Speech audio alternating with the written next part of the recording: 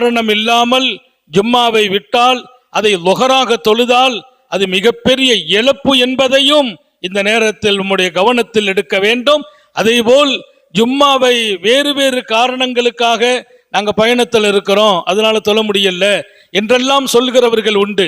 பயணம் நிறைய காரியங்களை அனுமதிக்கிறது, இல்லை என்று சொல்லவில்லை. பயணத்தில் நிறைய அனுமதி.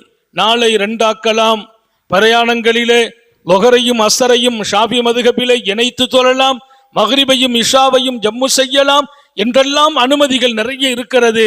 ஆனாலும் வெள்ளிக்கிழமையில் நீங்கள் காலையில் சூரியன் மேலே ஏறிய பின்னால் ஜும்மா தவறிப்போகிற அளவிற்கு பயணம் கூட மேற்கொள்ள வேண்டாம் என்றும் இருக்கிறது.